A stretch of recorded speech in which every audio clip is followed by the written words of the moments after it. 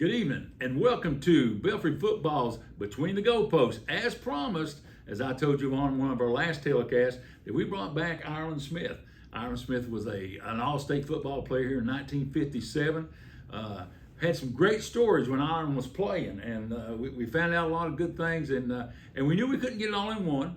And so we're back again tonight, and then tonight we're going to talk about the present program, I guess you would say. I'm glad to have you back, and you and I, anytime we see each other, my wife starts going like this because she knows we're going to talk a little football. Right. Did you ever think when you was playing back in those days that now when we look over our shoulder, we got 8 state championships? I mean, did you ever, I know we wanted it, did you ever think the program would reach this level? I really didn't, Coach.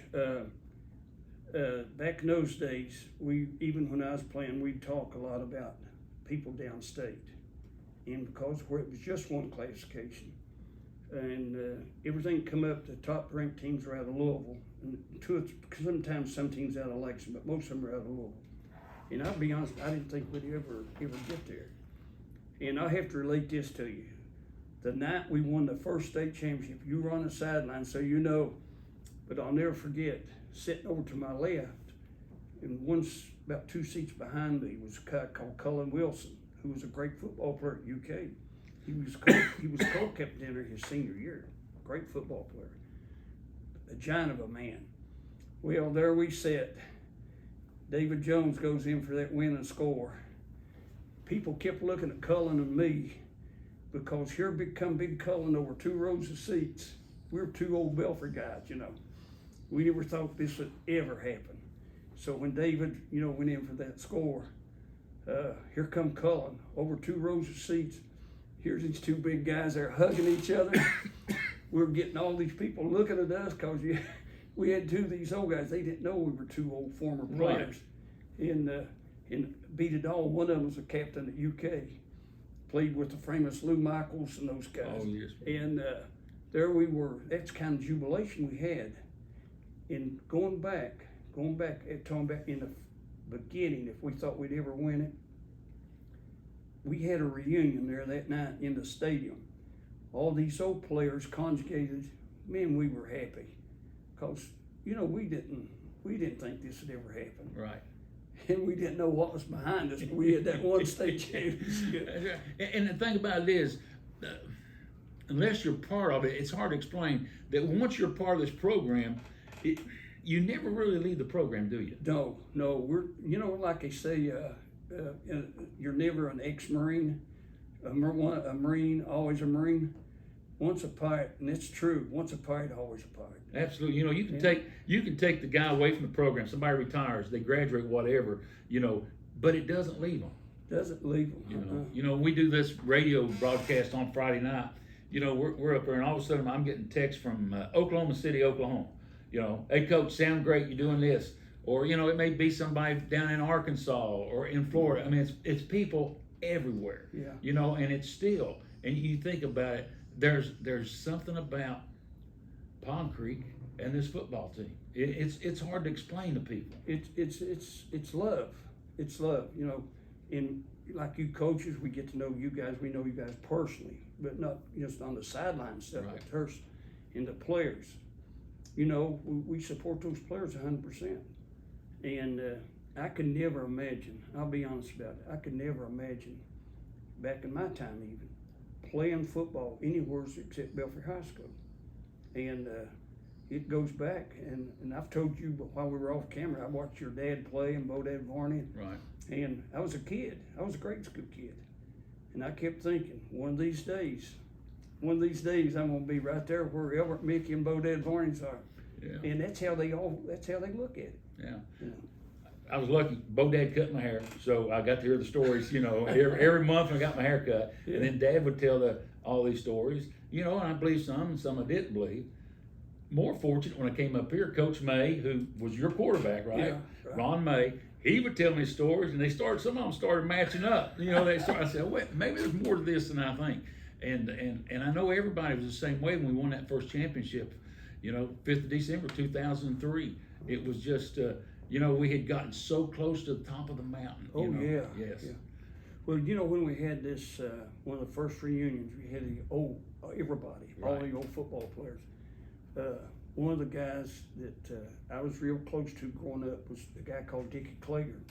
Matter of fact, that's his granddaughter, Laura, that helps, you know. Yeah, it's on our production Yeah. team here, yes. And Dickie took me under his wing because he played on the same team with Coach Fierman. And he'd tell me all these stories. Dickie told me, and I assume this is true, that that's how Coach Fierman got the name Bear Meat. Made so many tackles in a game, like 16 tackles one game. And the paper said he played like a bear. So they gave him the name Bear Meat. Bear Meat. But see, all these guys like Dickie Klager and guys of that age group, to me, you know, when I was playing, they were the old guys that, like these kids are now, that just graduated. You guys first won the state championship. Right. They go back, come back. That's how they come back. And they had some great stories to tell. It's just something special about Belfry football. Yeah, it is. And I think you mentioned love, and it's because I think, especially since Coach Haywood's been here, he's allowed the community to share in this. Right. You know, it's all, everybody feels like they got a little skin in the game. Right. You know, and I tell everybody all the time, you know, we was there in 1979, Coach Roddy, you know, we sat on the sideline, we was runners up. We went back in 1985, 1986, and was runners up, you know. And so I used to sit there at the game, watch them on the sideline celebrate after the game was over, and I always thought I knew what it felt like to win a state championship, you know. Yeah. No. It's unreal, isn't it? It's unreal. Unreal. And as a fan, it was unreal that night. I was telling you about Cullen and I hugging, and looked down in front of me, sitting was Jim Von Smith, who's my cousin. You know, he and I played football together. Here he comes up over these rails, and all these old big guys all over there hugging, because we felt like we were part of it. You were, and you were. We were part of it. You were. And you know, you as they say, you had skin in the game. You know, you was playing with that one bar face mask and all. You know, back in the day, and you know, and that's what Coach Haywood, he always said. You know, we want everybody to feel a part of this. You know, and Coach, I look up to see you guys in the press box. I can see my reserve seats are right down. Right, in front of me. I can see you. And it's the same group that's been there right there Yes. all these years. And got several former players there. It's like family. And as we watch the game, and what I like about it, there's never anyone there because they're true Belfry people. No Right. criticizing. It's not like being in a stand and hear people, why did they do this? Why? True Belfry people. Right. That would fight till the blood run out of their veins to, you know, from Absolutely. Belfry High School. Or my grandmother used to say, every time we got beat, we got cheated.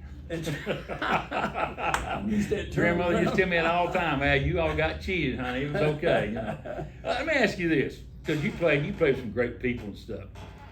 And I like doing. They do this on ESPN stuff all the time. Guys in your era, could they have played today? Or the guys playing now, could they have played then? Well, you know, we talked about this earlier. I really feel like the guys could play, you know, at this time. The thing of it is, the difference is, and I think the reason their speed is greater overall. Now, we had some guys that went to state in track, you know, and we didn't have as many of them as they got now.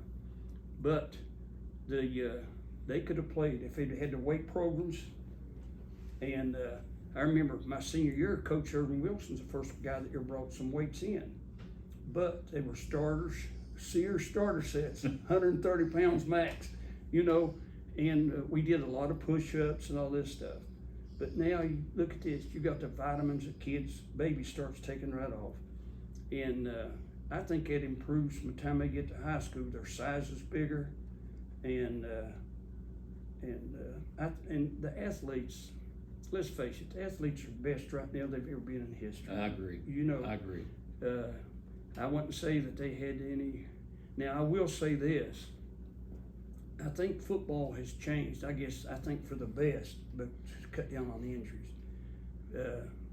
And you know, you related to me about how your dad's talking about he got hit in the shoulder blades.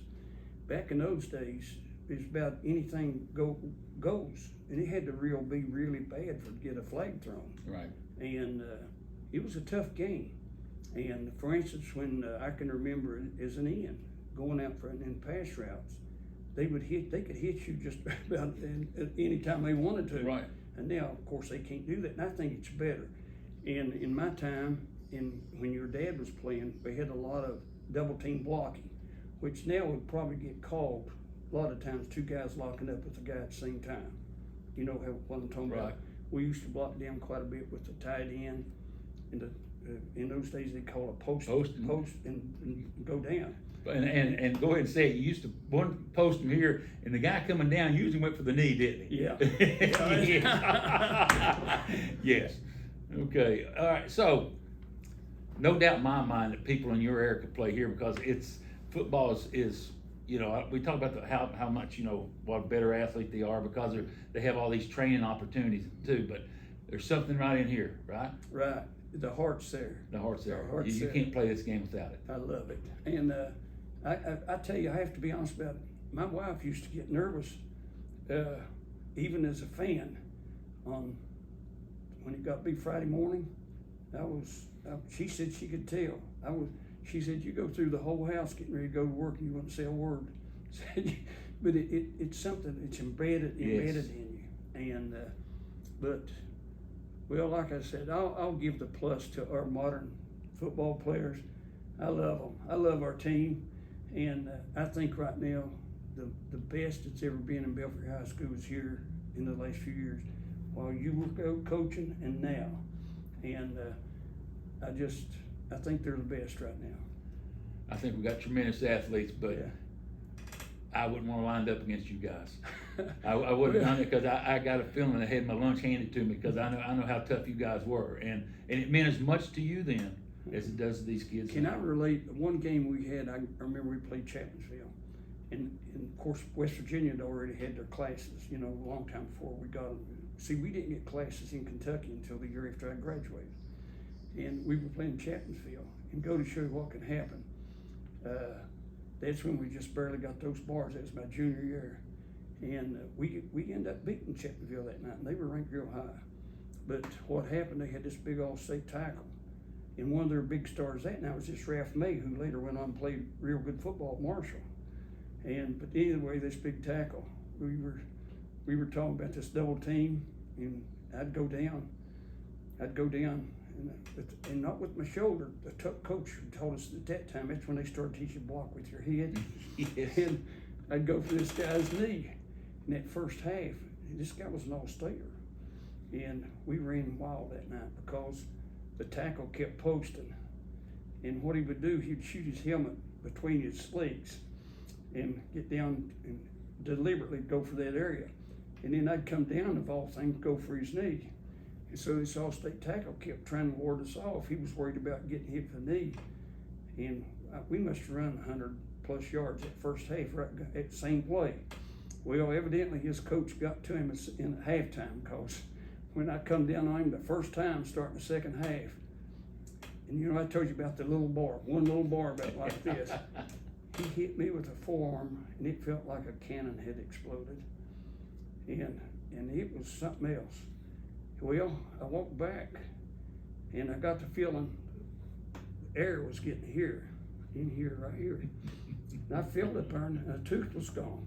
You know, the tooth was gone. It was off with the gums, you know, even with the gums. And it gives you an idea what could happen. I didn't get called for going for his knees. He didn't get called for punching me out, you know. Right. And that's how the game was played. It's nip and tuck. And matter of fact, to tell you, because you remember this dentist, Coach called Dr. Clark, who was in Wimps at that time. I remember. And he met us. I was in terrible pain when it was over with after the game. And he met us in his office and he cut that out. So that's some of the things we had to go through because Just another Friday night. Just another. Oh. And thanks, good. We've enjoyed having you here reminiscing, and you're sort of like the historian of Belfry football, and you feel about the way that we all feel about it, and I think the way the Pond Creek community feels about it. We have something special here, and we can't take it for granted. You know, it don't just keep every year goes on and on. It takes a lot of work and a lot of support. A lot of support to get this done. We had it in the 50s. We had it when your dad played. If I can relate, we got enough time. See, they didn't have the bleachers. They had the baseball seating at Old Red Robin Park, but they didn't have the bleachers in the contours where the football field ran. People would line. You wouldn't believe the crowd. The Belfry crowd would come to those games back when Bo Dad and your dad and all of them were playing. They'd line both sides. And they had no room. They had no room for the visiting fans because all the Belfry people was lined standing on both sidelines. And they were very vocal. And some of them were mean, you know. But anyway, I know we got just a short time. I'd like to tell you how much I've enjoyed Belfry football. Love it. Especially when you guys come aboard and we started winning those states. Oh, yes. But yes. I want you to know, and I want the people to know, that I say this as a former player. I played football, counting grade school and high school, and some football even while I was in the military. About 14 years. I can learn more football from you, Coach, than I ever knew. And you think about this now. I was a tight end. We had to block too. But things I've learned since you were coaching here, and I've told a lot of people about this. I think you were one of the best, without it, the best. I appreciate that. And I watched Coach Anthony Tackett, and I can Absolutely. see Coach Mickey right there. Yeah, we've been fortunate here. Yeah. We really have, and it's because we get great kids. And, you know, it all comes, you know, it's those kids that walk through this door every year, and we can't wait this year to see what walks through the door because, you know, hey, we got room for at least one or two more. Oh yeah. And we can put another shelf up here. Well, we got some old players that's carpenters. They come in here and put. That's right. So thank you for joining us tonight. We want to thank Ireland for being our guest tonight, and we can't wait to see you again on the next edition of Between the Goalposts.